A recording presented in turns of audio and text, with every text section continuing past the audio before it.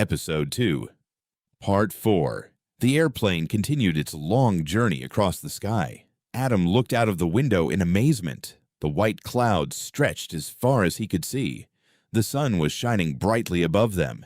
It was the most beautiful view he had ever witnessed. For a few minutes, he simply smiled without saying a word. Lucas noticed his excitement.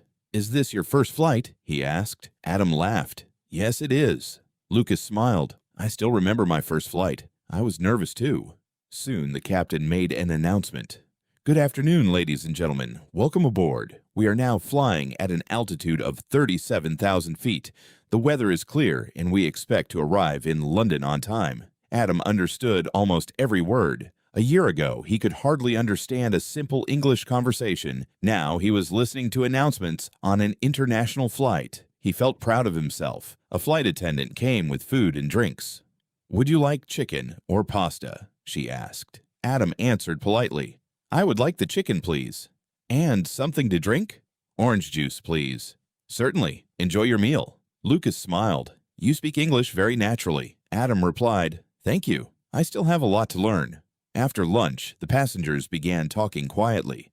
Some were reading books, others were watching movies. Adam opened the notebook his sister had given him. He started writing everything he had experienced since leaving home. He wrote about the airport, the airplane, the friendly staff, and his new friend Lucas. At the bottom of the page, he wrote, "Every new experience teaches us something valuable." Several hours later, Lucas asked, "Adam, what is your biggest dream?" Adam looked out of the window before answering. "When I was a child, my dream was only to speak English. Now I have a much bigger dream. I want to build a learning center in my village. I want children who cannot afford expensive schools to learn English for free." Lucas looked surprised. "That's an amazing dream. What about you?" Adam asked. Lucas smiled. "I want to become an engineer and build clean energy systems that help poor communities." The two friends talked for hours. They discovered that, although they came from different countries, they shared the same belief: education can change lives. As the flight continued, the airplane suddenly began to shake. The seatbelt sign turned on. Some passengers became worried. The captain spoke calmly. "Ladies and gentlemen, we are passing through a small area of turbulence. Please remain seated and fasten your seatbelts." Adam held the armrest tightly. It was his first experience with turbulence. Lucas smiled. "Don't worry, this happens on many flights." Adam took a deep breath. Within a few minutes, the airplane became steady again. He smiled with relief. "I was a little scared." Lucas laughed. "So was I on my first flight."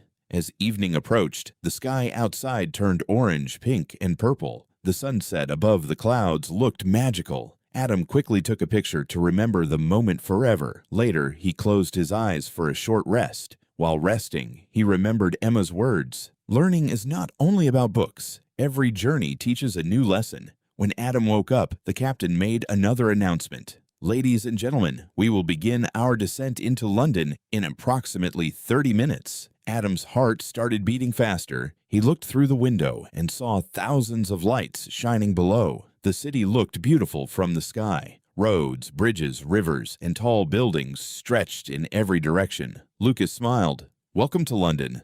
Adam whispered softly, "So this is the city I have dreamed about." As the airplane slowly descended through the clouds, Adam realized that a completely new chapter of his life was about to begin. He wasn't just arriving in a new country. He was arriving at a place filled with new opportunities, new friendships, and new challenges. With confidence in his heart and hope in his eyes, Adam prepared for the adventure that awaited him. To be continued.